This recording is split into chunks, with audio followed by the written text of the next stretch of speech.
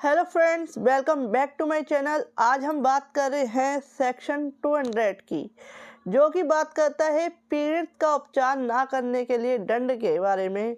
भारतीय न्याय संहिता 2023 के सेक्शन 200 कहता है punishment for non treatment of victim.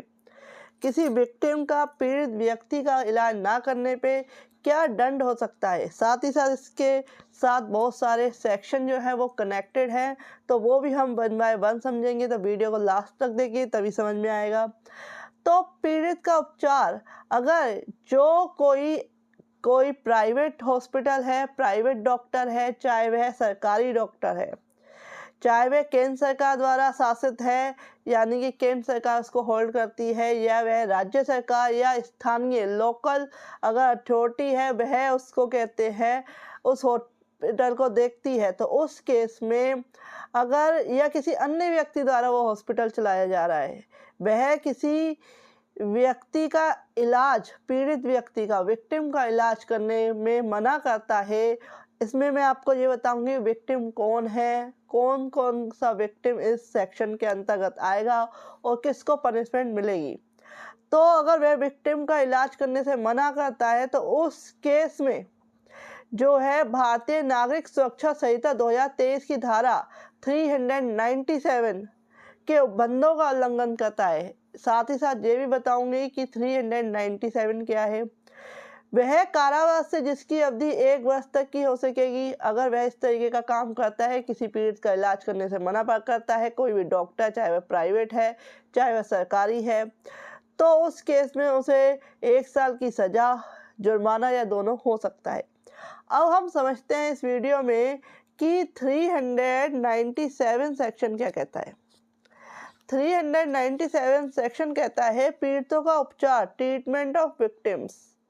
सभी लोक या प्राइवेट अस्पताल, यानी कि प्राइवेट या सरकार द्वारा चलाए गए, शासित जो है, केंद्र सरकार द्वारा होल्ड में है या स्टेट के द्वारा होल्ड में है, जो परमिशन है उसे केंद्र के द्वारा मिली हुई है उस हॉस्पिटल को, या वह राज्य सरकार के द्वारा मिली हुई है, चाहे वह स्थानीय लोकल किसी अथॉरिटी के द्वारा मिली हुई है, या कोई अन्य व्यक्ति उस हॉस्पिटल को चला रहा है, उस हॉस्पिटल के द्वारा अगर इलाज नहीं किया जाता है उस विक्टिम का, उस केस में भारतीय न्याय संहिता 2023 की धारा 64 किस किस सेक्शन में इलाज नहीं किया जा सकता, जो 200 में जो है पनिशेबल होगा, तो वो है सेक्शन 64।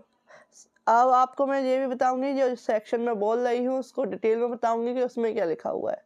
तो सेक्शन 64 भारतीय न्याय संहिता की, सेक्शन 65, सेक्शन 66, सेक्शन 67, सेक्शन 68 और सेक्शन 70 और सेक्शन 71 और सेक्शन 124 की उपधारा 1 के अधीन, या लैंगिक अपराधों से बालकों का संरक्षण अधिनियम 2012 की धारा 4, 6, 8, 10 के अधीन आने वाले किसी अपराध के पीड़ितों को तुरंत निःशुल्क, यानी कि तुरंत भी इलाज चाहिए और निःशुल्क भी आपको देना पड़ेगा, प्राथमिक या चिकित्सीय उपचार उपलब्ध कराएंगे, और ऐसी घटना को पुलिस को तुरंत सूचना देंगे। यानी कि आपने उपचार भी करना है, चाहे वो प्राइवेट हॉस्पिटल है, चाहे वो सरकारी है, या कोई लोकल व्यक्ति इसे चला रहा है, तो उस केस में आपने उसका उपचार करना है, उस विक्टिम का, उस पीड़ित का, और साथ ही साथ पुलिस को उसकी सूचना देनी है। ये बताता है सेक्शन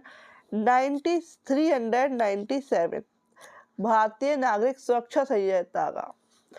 अब हम बात करते हैं सेक्शन 64, 65 जो भी मैंने आपको बताए, तो उसमें क्या लिखा हुआ है। तो सेक्शन 64 कहता है बालक के लिए दंड, पनिशमेंट फॉर रेप से रिलेटेड जो केसेज होते हैं, जो कोई उपधारा 2 में बंधित मामलों के सिवाय बालक करेगा, रेप करेगा, वह दोनों में से किसी भारतीय कठिन कारावास से जिसकी अवधि 10 वर्ष के कम की नहीं होगी, किंतु जो आजीवन कारावास तक की हो सकेगी, दंडित किया जाएगा और जुर्माने का भी दायी होगा। तो इस केस में बताया गया है जो पनिशमेंट से, जो रेप से रिलेटेड पनिशमेंट है, उन केसों में। सेक्शन 65 कहता है कि जो सर्टेन केसेज है रेप के, उस केसों में क्या है, जो 16 वर्ष से कम आयु की किसी महिला के साथ ऐसा रेप किया गया है तो उसमें जो है 20 वर्ष की जो है पनिशमेंट होगी। उससे रिलेटेड कोई व्यक्ति पीड़ित है, कोई विक्टिम पीड़ित है तो वो इस सेक्शन के अंतर्गत आएगा। पीड़ित की मृत्यु या विकृतशील दशा कारित करने के लिए दंड, तो सेक्शन 66 में इस तरीके से अगर उसकी मृत्यु हो जाती है उस केस में ये सेक्शन अप्लाई होगा।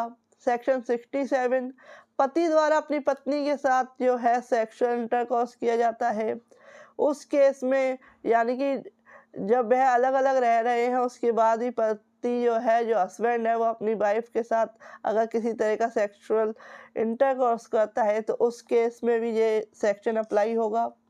सेक्शन 68 किसी व्यक्ति द्वारा यानी कि अदर व्यक्ति के द्वारा क्या है इस तरीके का संबंध बनाना।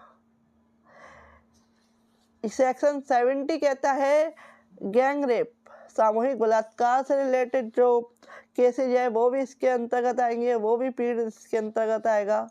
सेक्शन 71 और जो सेक्शन 124 है, ये सारे जो है वह इस जो 200 सेक्शन है भारतीय न्याय संहिता, तो उसके अंतर्गत पनिशेबल होगा अगर उस पीड़ित का इलाज नहीं किया जाता है तो ये बताया गया है सारा। इस वीडियो में मैंने आपको समझाया कि कौन पीड़ित का इलाज ना करने पर वो भी फ्री में इलाज करना पड़ेगा, या कोई एसिड फेंक देता है किसी भी ऐसी महिला, पुरुष या किसी भी ऐसे व्यक्ति पर, तो वह भी क्या है इस सेक्शन के अंतर्गत आएगा। तो सेक्शन 124 कहता है अम्ल यानी कि एसिड आदि का प्रयोग करके स्वेच्छा घोर प्रतिकारित करना, तो सेक्शन 124 इससे रिलेटेड है। तो मैंने आपको सारा कुछ समझाया कि इस वीडियो में कि अगर डॉक्टर है उसका फर्ज है, अगर कोई विक्टिम उसके पास आता है तो वह फ्री में इलाज करे, पुलिस को सूचना दे, और साथ ही साथ वह अगर इनकार करता है, मना करता है तो आपको ये नॉलेज होनी चाहिए तो वह पनिशेबल है, वह एक जो है अपराध कर रहा है और उसे 1 साल की सज़ा, जुर्माना और दोनों हो सकता है, उसका लाइसेंस भी रद्द हो सकता है, तो सारा कुछ हो सकता है। तो आपको उसकी नॉलेज होनी चाहिए।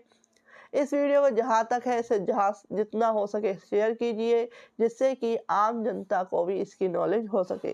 खाली लीगल नॉलेज नहीं है, यह एक जनरल नॉलेज भी है। Friend, if you like my video please like share and subscribe my channel. Thank you.